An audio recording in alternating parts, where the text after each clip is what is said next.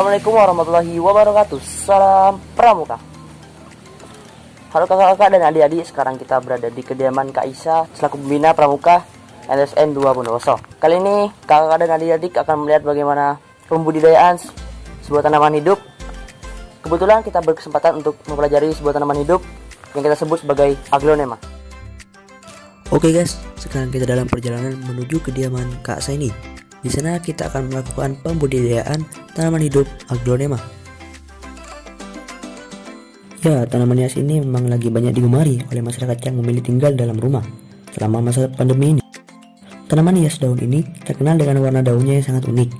Pasalnya, tanaman ini memiliki dua warna pada daunnya, yakni warna hijau di bagian tengah dan merah terang di pinggirnya. Di dunia ini ada banyak jenis aglonema. Tanaman hias aglonema ini sering dijuluki sebagai ratu daun yang paling eksotis. Perlu kalian ketahui, tanaman ini terdiri dari 30 spesies yang tersebar luas termasuk di negara Indonesia. Julukan lain dari aglonema adalah Sri Rezeki atau di luar negeri dikenal sebagai Chinese Evergreen. Artinya, tanaman terbaik untuk para pemula atau bagi mereka yang sibuk beraktivitas di luar rumah. Sebab, bunga aglonema ini dapat mentolerir sebagian cahaya dan tumbuh baik di tempat yang terang. Selain itu, jenis aglonema adalah tanaman yang akan baik-baik saja jika diletakkan di ruangan kantor dengan cahaya lampu neon. Bahkan, kecantikannya mampu menarik perhatian pecinta tanaman hias karena warnanya yang eksotis dan memanjakan mata. Setidaknya ada 8 jenis aglonema yang perlu kalian ketahui, di antaranya aglonema bidadari, aglonema lipstick, aglonema widuri, aglonema tiara, aglonema red coaching, aglonema moonlight, aglonema lady valentine, dan aglonema claudia. Oke guys, kita sedang mempersiapkan apa saja yang perlu disiapkan dalam pembudidayaan tanaman hidup aglonema. Sekarang kita sudah berada di kediaman Kak Isa ini selaku Kamabegus MTSN 2 Bondowoso guys.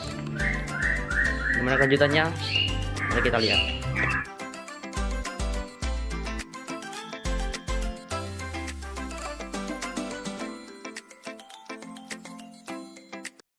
Halo teman-teman, sekarang kita sudah berada di kediaman Kak Isa ini selaku Kamabegus MTSN 2 Bondowoso.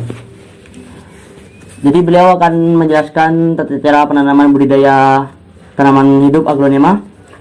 Jadi Kak Isa ini, ya, apa itu tanaman aglonema menurut Pak Isa ini? Tanaman ini ya, sebenarnya tanaman ini ada di lereng-lereng gunung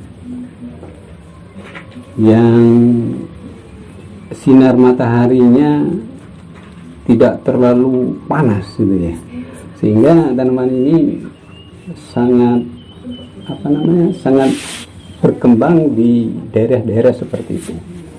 Nah, belakangan ini tanaman-tanaman ini sudah membuming ya, sehingga para penggemar bunga ini banyak menyerang ya petani-petani seperti ini.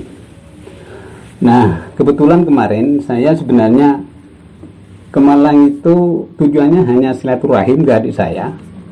Kebetulan adik saya kan petani ya, penggemar bunga ini. Nah, secara kebetulan ada pertemuan. Di situ ada pertemuan, ada meeting gitu, sehingga saya ngikut gitu ya. Saya ngikut. Tapi saya sampaikan kepada teman-teman ya, penggemar itu bahwa saya bukan anggotanya, tapi saya juga punya dasar senang bunga gitu ya. Nah, kalau diizinkan saya mau ikut, alhamdulillah diizinkan. Bahkan saya masuk grup ya di situ, grup WA di situ, sehingga saya tahu banyak tentang perkembangan hal ini, walaupun saya masih pemula gitu ya. Jadi bunga ini bunga yang lagi booming gitu ya, lagi booming. Terus untuk bunga aglonema ini apakah bisa ditanam di daerah-daerah tertentu atau di tanah yang bermacam atau tanah yang khusus? Ya, ini cocok untuk di wilayah Indonesia ya, cocok untuk di wilayah Indonesia. Indonesia kan termasuk daerah-daerah tropis ya, cocok sekali. Nah, walaupun di sini juga ada musim penghujan, ada musim panas. Nah, sebenarnya ini banyak hidup di daerah-daerah yang daerah-daerah yang dingin gitu, yang sejuk, apa namanya itu, lembab gitu ya, di daerah-daerah yang lembab. Sehingga saya di sini supaya di sini agak lembab, makanya saya sediakan baring nanti yang double gitu ya baringnya. Nanti double, tidak hanya satu, sehingga panas tidak terlalu banyak. Insya Allah ya, melihat perkembangan ini membaik, ternyata bagus untuk daerah di sini, daerah Bondowoso yang agak ini agak kemarau. Pada bulan Agustus ini sudah mulai kemarau ya, mulai kemarau. Ntar lagi panas-panasnya di bulan September. Saya atasi yaitu dengan sedikit baring agak tebal gitu. Mestinya hanya satu, saya beri 2 atau 3 waringnya gitu. Terus untuk tanaman aglonema yang menurut Pak Saini bagus atau Kak Saini sukai itu yang seperti apa? Ini aglonema ini ya, aglo ya. Aglo ini kan banyak jenisnya ya. Ada jenis kocin aja bermacam-macam ya. Nah seperti ini, ini juga jenis kocin yang apa ya, yang pink gitu ya. Ini juga jenis kocin yang apa, yang red katanya gitu ya. Ini yang red ya. Nah, kemudian juga yang itu, ini juga jenis yang banyak ya, jenis kocin tapi macam-macam ya, macam-macam. Nah, kalau yang ini snow apa? Ya, snow white. Tadi saya lewat di pasar sempat lihat hanya satu itu ya, yang ini jenis snow ini 50.000 satu, 50.000 gitu, 50.000. Ya, yang ini lebih mahal lagi, yang ini juga, apalagi yang red ini lumayan mahal. Ini tuh, ini juga bagus ini. Bagus. Akhirnya saya beli kemarin itu. Beli ya, namanya beli sama adik ya. 1 juta itu ya 1 dus sekian, ada beberapa bunga. Setelah saya browsing, oh ternyata mahal-mahal. Ada yang ngitung 1 lembarnya itu 500.000 gitu. Yang mana tadi itu?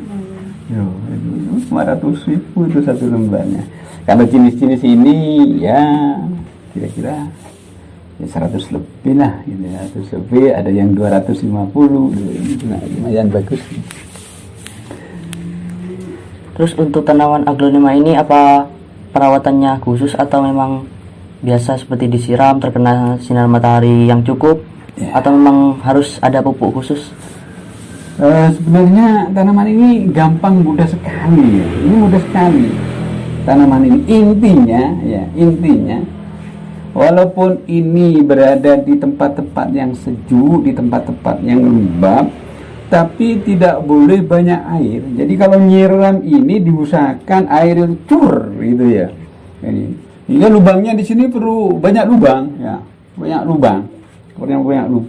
Kemudian medianya diusahakan ya ada pasir, ya, bukan pasir kayak di sini saya beli itu di Malang itu 8.000 1 sak gitu, pasir Malang itu. Jadi pasirnya apa ya, pasirnya itu yes, pasir gitu ya. Itu dicampurkan ya tergantung petaninya semuanya itu. Nah kalau pengalaman saya ya pasir itu tak kasih sekam ini, tak kasih tanah kotoran sapi atau kotoran kambing, juga saya kasih itu daunnya bambu. Nah itu bagus, itu daun bambu lah yang banyak saja nih. Itu udah dicor, ukurannya ya kira-kira saja. Intinya kalau disiram sur gitu ya, air langsung turun gitu ya. Kalau tidak begitu nanti bisa busuk. Nah supaya itu pertama ya, supaya tidak busuk ya caranya seperti itu. Yang kedua, penanamannya itu kemarin saya belajar di sana ya. Ternyata ketika dipotong, ini kan dipotong-potong nanti ya, kalau mau dikembangkan gitu ya, ini dipotong-potong. Tadi juga dilihat ya. Nah, yang bagus ya tentu dengan akarnya, tapi kalau tidak dengan akarnya ya dilihat. Ini kan ada agak luar tunas apa gitu ya. Itu dipotong-potong. Terserah, ini bisa jadi 1, 2. Jadi bisa jadi 3 ini kalau dipotong itu. Nah setelah dipotong itu ya, Apa langsung praktek ya? Ini sebenarnya Boleh. langsung praktek aja ini. Saya tanya tadi di pasar itu 50.000. Jadi dia bisa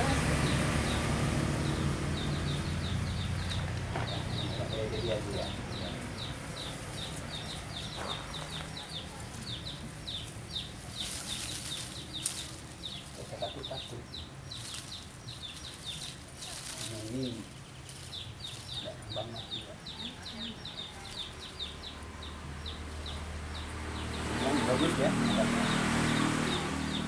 Silatnya ya pakai cutter, pakai ini terserah ya. Kebetulan di sini tidak usah beli, tinggal nunggu gitu aja. Yang penting juga ini steril ya, juga bersih.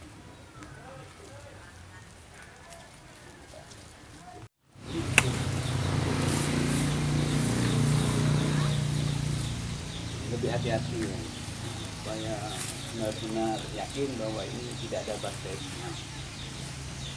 Didiamkan di situ Pak? Iya, Berapa diamkan. lama? Ya sebentar aja, paling ya menit. Nah setelah ini yang ini sudah campuran dari kotoran sapi atau kambing, kemudian ada vitamin C, kemudian ini dicampur, ya.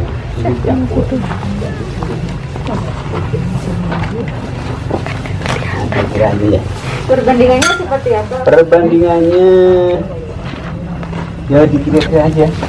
Paling, ya ambil satu-satu aja deh ya. Perbandingannya satu-satu atau dua-dua aja. Duh. Kira-kira dicor begini.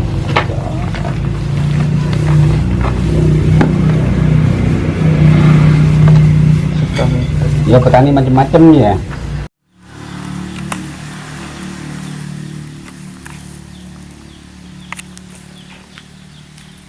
Ini saya sendiri.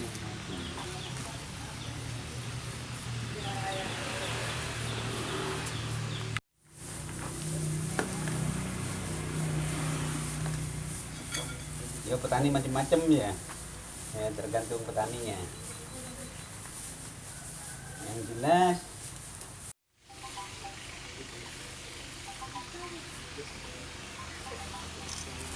kemudian taruh di pot, ya, jangan dipenuhi, biar aja dulu ya, biar aja dulu. Kemudian tanam jenis bunga yang kita tanam ini.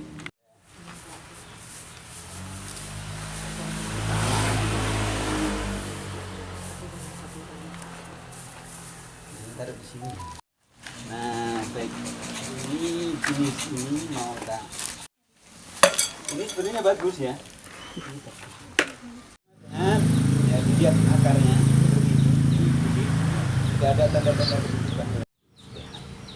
Ini benar-benar sehat. Nah, saya pecah karena ini sudah banyak ya, banyak. Kalau petani, ini rezekinya petani begini, ini rezekinya petani. Tapi supaya yakin bahwa ini tidak terkena ya, penyakit gitu ya, tidak terkena.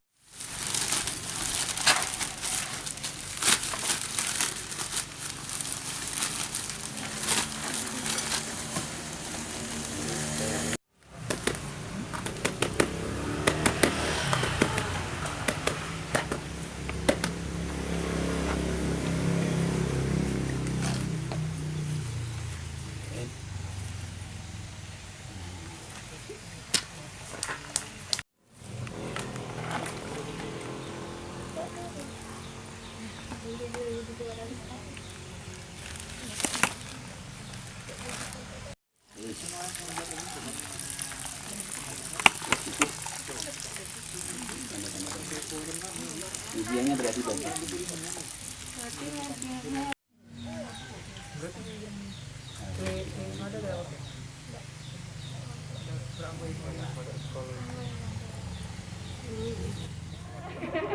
Oke, sekian guys untuk kegiatan kami kali ini. Jangan lupa untuk klik tombol subscribe, like, dan komen ya guys. Dan jangan lupa untuk klik tombol loncengnya agar kalian tidak ketinggalan dari kegiatan hidup kami selanjutnya. Bye.